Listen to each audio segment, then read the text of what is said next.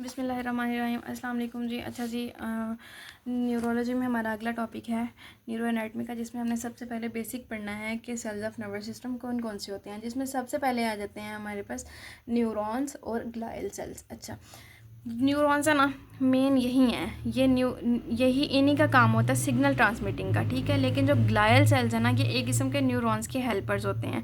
कुछ ने न्यूरॉन्स को सपोर्ट प्रोवाइड करनी है, कुछ ने न्यूरॉन्स को जो है ना वो प्रोटेक्शन प्रोवाइड करनी है, कुछ ने न्यूरॉन्स को क्या करना है, इम्यूनिटी प्रोवाइड करनी है, ठीक है। इनको ग्लायल सेल्स ना माहौल बना के देना होता है न्यूरॉन्स को कि हाँ भाई करो, अब सिग्नल ट्रांसमिटिंग करो, ठीक है। तो इसलिए इनको हम एक किस्म का ना असिस्टेंट कह सकते हैं। ये नॉन न्यूरोनल सेल्स होते हैं और ये न्यूरॉन्स के असिस्टेंट के तौर पे काम करते हैं, ठीक है। अब एक न्यूरॉन है हमारे पास, उसमें उसकी स्ट्रक्चर कैसी होती है।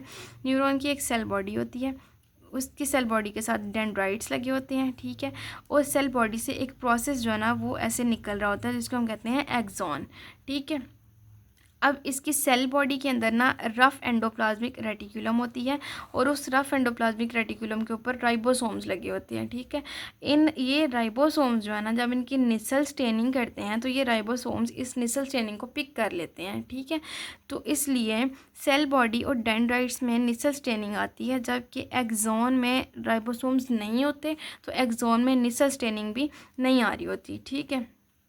न्यूरॉन का अगर टिपिकल डेफिनेशन देखें तो क्या है, परमानेंट सिग्नल ट्रांसमिटिंग सेल्स होती हैं ये, ठीक है। ये परमानेंट होते हैं। उसके बाद आ जाते हैं ग्लायल सेल्स। ग्लायल सेल्स जो है सपोर्टिंग सेल्स होते हैं एक किस्म के। इन्होंने न्यूरॉन के जो एक्सॉन है ना उसके इर्द गिर्द माइलिन शीथ प्रोवाइड करनी होती है। अब माइलिन शीथ कैसे प्रोवाइड करते हैं और ये क्या है माइलिन शीथ। माइलिन शीथ जो है ना असल में एक ना इंसुलेशन है, ठीक है। एक्सोन के इर्द गिर्द ना मल्टीपल लेयर्स की फॉर्म में ना एक इंसुलेटिंग शीट होती है, ठीक है, जो कि इलेक्ट्रिकल इंसुलेशन प्रोवाइड करती है। और ये शीट ना कहीं कहीं पे गैप्स छोड़ देती है, मुकम्मल तौर पे इंसुलेशन नहीं प्रोवाइड कर रही होती, कहीं कहीं पे गैप्स छोड़ देती है। वो जो गैप्स होते हैं ना, उन गैप्स को हम कहते हैं नोड्स, ठीक है। उन गैप्स को क्या कहते हैं, नोड्स। और इसलिए अब सारी जगह पे तो इंसुलेशन हो गई है, तो हमारे पास जो सिग्नल की ट्रांसमिशन है, इलेक्ट्रिकल सिग्नल जो जाना है वो कहाँ से जाना है, एक नोड से दूसरे नोड की तरफ जाना है। Node to node electrical signal की ट्रांसमिशन होती है, ठीक है।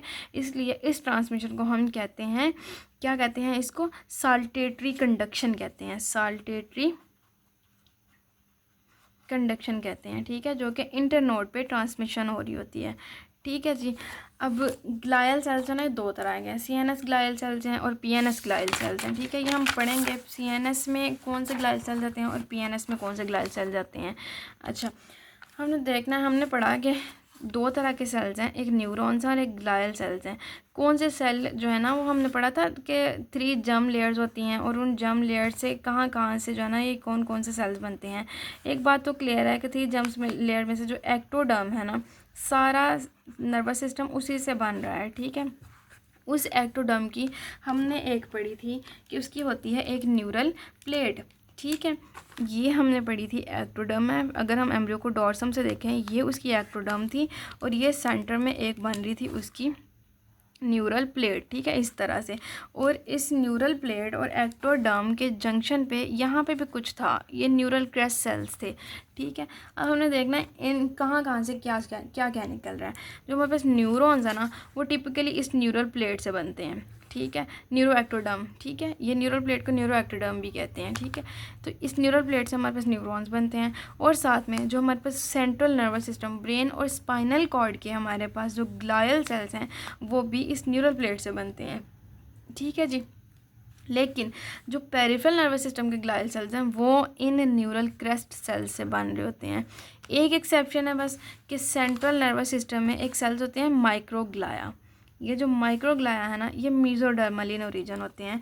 मैंने ना यहाँ पे एक बनाया था न्यूरल प्लेट के नीचे, इस तरह से ना मैंने एक स्ट्रक्चर बनाई थी जो कि मीजोडर्म थी, ठीक है। अब इस मीजोडर्म से ये मैंने रेड कलर की ही तब भी बनाई थी, अभी भी रेड कलर की बना रही हूँ ताकि थोड़ा सा आप ना कोरिलेट कर सकें, नॉलेज को ना दिमाग में बिठाने में आसानी हो। और माइक्रोग्लाया को भी रेड कलर से इसीलिए लिखा है कि माइक्रोग्लाया मीजोडर्मल इन ओरिजिन होते हैं। उसके अलावा बाकी सारे जो हैं ये न्यूरल प्लेट से, न्यूरल क्रेस्ट सेल से आ रहे होते हैं, ठीक है। अब हमारे पास अगर तो कोई न्यूरॉन्स का कोई ट्यूमर आ रहा है ना, न्यूरोमा वगैरह आ रहा है, ठीक है, तो हमारे पास मार्कर उसके लिए कौन सा है, साइनेप्टोफाइसिन। ये ना एक न्यूरोफिलामेंट प्रोटीन होती है जो कि न्यूरोमास के केस में, न्यूरो एंडोक्राइन ट्यूमर्स के केस में साइनेप्टोफाइसिन जो है ना ये क्या होती है, रेज्ड होती है। ये ट्यूमर मार्कर जो है ना ये आ रहा होता है हमारे पास, ये रेज्ड होता है, ठीक है।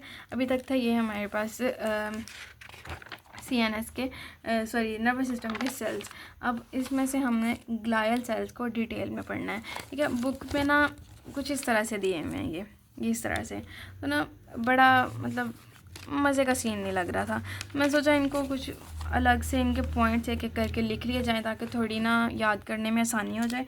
यहीं पे मैं इनको हाईलाइट भी करती जाऊँगी तो आपको और ज़्यादा आसानी हो जाएगी, ठीक है जी। अच्छा जी, होता क्या है हमारे पास कि जो सबसे पहले CNS ग्लायल सेल्स हैं, 4 तरह के CNS ग्लायल सेल्स होते हैं। एक एस्ट्रोसाइट्स आ जाते हैं, ठीक है, ओलिगोडेंड्रोसाइट्स आ जाते हैं, एपिंडेमल सेल्स आ जाते हैं और माइक्रोग्लाया आ जाते हैं। अब सबसे पहले एस्ट्रोसाइट्स पढ़ेंगे हम। एस्ट्रोसाइट्स क्या करते हैं, CNS को फिज़िकल सपोर्ट प्रोवाइड करते हैं, ठीक है जी, फिज़िकल सपोर्ट प्रोवाइड करते हैं। अगर ट्रॉमा हो गया, ट्रॉमा के केस में ये रिपेयर प्रोवाइड करते हैं। उसके अलावा इनके पास ना ग्लाइकोजन फ्यूल का रिजर्वायर होता है, ठीक है, तो ये ग्लाइकोजन को बफर कर रहे होते हैं उस माहौल में, न्यूरॉन के इर्द गिर्द के माहौल में, ठीक है। साथ में ये ब्लड ब्रेन बैरियर बनाते हैं, ब्लड ब्रेन बैरियर का भी एक हिस्सा होते हैं ये ब्लड ब्रेन बैरियर, ठीक है। और एक्सेस न्यूरोट्रांसमीटर्स को भी कम कर रहे होते हैं ये। अच्छा, एस्ट्रोसाइट्स एक बहुत वो चीज़ है जिसका ना बहुत ज़्यादा फंक्शन है, बहुत ज़्यादा सारे फंक्शंस हैं और ये होते भी CNS में बहुत ज़्यादा हैं, ठीक है। मोस्ट अबंडेंट सेल्स होते हैं CNS में, ठीक है। क्या है ये, मोस्ट अबंडेंट होते हैं।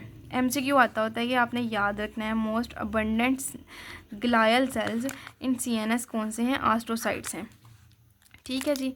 कौन से हैं, एस्ट्रोसाइट्स हैं। ये इम्पोर्टेंट MCQ है हमारे पास। अच्छा, अब ना इन्होंने एक ये दिया हुआ है GFAP पॉजिटिव। तो GFAP क्या है, ग्लायल फिब्रिलरी एसिडिक प्रोटीन है। ये पॉजिटिव होती है किस केस में, ब्रेन को ट्रॉमा हुआ, ब्रेन को इंजरी हुई, CNS को इंजरी हुई, इंजरी के केस में रिपेयर किसने देनी है, एस्ट्रोसाइट्स ने, ठीक है। तो एस्ट्रोसाइट्स जो हैं इनके ऊपर ना एक ये प्रोटीन होती है, ठीक है। अब इंजरी के केस में एस्ट्रोसाइट्स का नंबर बढ़ेगा तो GFAP का नंबर भी बढ़ेगा, यानी कि इस प्रोटीन का नंबर भी बढ़ेगा। तो इंजरी के केस में हमारे पास GFAP पॉजिटिव आ रहा होगा। GFAP जो है वो हमारे पास क्या हो रहा होगा, ज़्यादा अमाउंट में शो हो रहा होगा, ठीक है। बस इतनी सी ये बात थी, ज़्यादा इसमें ऐसा कुछ नहीं है। Next we have oligodendrocytes. Oligodendrocytes ने क्या करना है, हमारे पास CNS की जो माइलिन शीथ है ना वो ओलिगोडेंड्रोसाइट ने बनानी होती है। CNS के अंदर जो एक्सॉन्स के इर्द माइलिन शीथ जो बन रही है ना वो ओलिगोडेंड्रोसाइट्स बनाते हैं, ठीक है। इसलिए अब जो माइलिनेटेड न्यूरॉन्स है वो वाइट मैटर में प्रेजेंट होते हैं, तो इसलिए ओलिगोडेंड्रोसाइट जो है ये किस में होंगे, वाइट मैटर में प्रेजेंट होंगे। और एक बात ये है कि ये जो ओलिगोडेंड्रोसाइट्स हैं, एक सेल जो है ना ये ऑलमोस्ट 30 एक्सॉन्स को माइलिन शीथ प्रोवाइड कर सकता है, ठीक है। और साथ में ये कि ओलिगोडेंड्रोसाइट्स की अपीयरेंस कैसी है, फ्राइड एग अपीयरेंस है। इनको ना ये जो पॉइंट्स है ना इनको एज इट इज़ याद रखना है, इससे ज़्यादा डिटेल में जाने की कोई ज़रूरत नहीं है, ठीक है जी। Next we have ependymal cells. Ependymal cells जो है ना इनका सारा रोल है CSF के साथ, ठीक है। ये ना सीलिएटेड सेल्स होते हैं, इन सेल्स के ऊपर ना सीलिया होते हैं, ठीक है। इनकी एपिथीलियम कौन सी होती है, सीलिएटेड कोलुमिनार एपिथीलियम होती है, ठीक है। और ये किस किस में होते हैं, वेंट्रिकल्स में होते हैं, ठीक है, सेंट्रल केनाल में होते हैं। अब सेंट्रल केनाल, वेंट्रिकल, इसमें क्या रन कर रहा है, CSF रन कर रहा है। तो इन्होंने ना कोरॉइड प्लेक्सिस से लेके ना जहाँ से CSF बन रहा है, कोरॉइड प्लेक्सिस से लेके ना सेंट्रल केनाल के एंड तक, फाइलम टर्मिनेल तक जो है ना ये एपिंडाइमल सेल्स ने अंदर से इनको लाइन किया होता है। तो CSF की प्रोडक्शन से लेके, उसकी सर्कुलेशन से लेके, उसकी एब्जॉर्प्शन तक, ये सारा काम एपिंडाइमल सेल्स ने करना है, ठीक है। उसके बाद आ जाते हैं माइक्रोग्लाया। माइक्रोग्लाया जो है ना ये CNS के स्केवेंजर्स होते हैं, CNS के फेगोसाइट्स होते हैं, CNS को इम्यूनिटी प्रोवाइड करते हैं, ठीक है। जल्दी से रिवाइज़ करती हूँ मैं। एस्ट्रोसाइट्स ने सपोर्ट और रिपेयर प्रोवाइड करनी है, ठीक है। ओलिगोडेंड्रोसाइट्स ने सीएनएस को माइलिनेशन करनी है, ठीक है। एपेंडाइमल सेल्स ने सीएसएफ के साथ सारा जो भी ताल्लुक वास्ता है ना, उसकी प्रोडक्शन, उसकी सर्कुलेशन, उसकी एब्जॉर्प्शन, ये सारा एपेंडाइमल सेल्स का है, ठीक है। और माइक्रोग्लाया जो है ना, ये इम्यूनिटी प्रोवाइड कर रहे होते हैं, ठीक है। ये हो गया। नेक्स्ट वी हैव पीएनएस के ग्लायल सेल्स। पीएनएस के पेरिफेरल नर्वस सिस्टम के जो ग्लायल सेल्स हैं वो दो ही हैं। स्टेलेट सेल्स हैं जो कि एस्ट्रोसाइट्स की तरह सपोर्ट प्रोवाइड करते हैं, और शॉन सेल्स हैं जो कि पेरिफेरल नर्व्स जो हैं वो उनकी माइलिनेशन करते हैं। अब ये याद रखना, ये इंपॉर्टेंट एमसीक्यू है। ओलिगोडेंड्रोसाइट्स सीएनएस में माइलिनेशन करते हैं, जबकि शॉन सेल्स जो हैं ये पीएनएस में माइलिनेशन करते हैं, ठीक है। और एक श्वान सेल जो है ना, वो एक श्वान सेल एक ही एक्सोन को माइलिनेट कर सकता है, ठीक है जी। जबकि ओलिगोडेंड्रोसाइट्स ऑलमोस्ट 30 एक्सोन्स को माइलिनेट कर सकता था, ठीक है। और उसके बाद आ जाता है कि अब श्वानोमास, ग्लायोमास, नर्व शीथ ट्यूमर्स, इनमें जो हमारे पास श्वान सेल्स का जो ट्यूमर मार्कर है ना, वो S100 है, ठीक है। ये ट्यूमर मार्कर जो है ना, ये रेज्ड होता है, ये पॉजिटिव आ रहा होता है, ठीक है। इससे ज़्यादा कुछ नहीं है। उसके बाद आ जाता है हमारे पास कि जो, अच्छा जी, हमने पढ़ लिया कि सेंट्रल नर्वस सिस्टम में ओलिगोडेंड्रोसाइट्स ने माइलिन प्रोवाइड की, ठीक है। पेरिफेरल नर्वस सिस्टम में श्वान सेल्स ने माइलिन शीट प्रोवाइड की। तो इन सब के बीच में ना हमारी कुछ मासूम सी वो होती हैं क्रेनियल नर्व्स, जिन्होंने ना क्या किया होता है कि सेंट्रल नर्वस सिस्टम से निकल के वो आ रही होती हैं पेरिफेरी में। तो ना वो उधर की रहती हैं, ना वो इधर की रहती हैं। तो अब हमने देखना है कि उनका क्या फ़ैसला किया हुआ कुदरत ने इस तरह से किया कि जो क्रेनियल नर्व 1 है वो तो है वही, उसको कह दिया कुदरत ने कि ये है हमारे पास ब्रेन की एक्सटेंशन, ठीक है। यानी कि ये एक किस्म का सीएनएस का ही हिस्सा है, ये सीएनएस का ही हिस्सा है। तो इसको जो माइलिन शीथ है वो सीएनएस के ओलिगोडेंड्रोसाइट्स ने प्रोवाइड कर दी। उसके अलावा क्रेनियल नर्व 2 को ओलिगोडेंड्रोसाइट्स ने प्रोवाइड कर दी, यानी कि 1 और 2 को ओलिगोडेंड्रोसाइट्स ने प्रोवाइड की। जो बाकी हैं ना 3 से लेकर 12 तक, उनको माइलिन शीथ जो है वो शॉन सेल्स प्रोवाइड करते हैं। ये भी आपने याद रखना है, ठीक है जी। अच्छा जी, ये था अभी तक का नर्वस सिस्टम के जो हमारे पास सेल्स हैं उनका लेक्चर। नेक्स्ट हम पढ़ेंगे नर्वस सिस्टम का जो है ना वो न्यूरॉन एक्शन पोटेंशियल, ठीक है। अभी तक आपको कोई मसला हो, you can ask me. Thank you.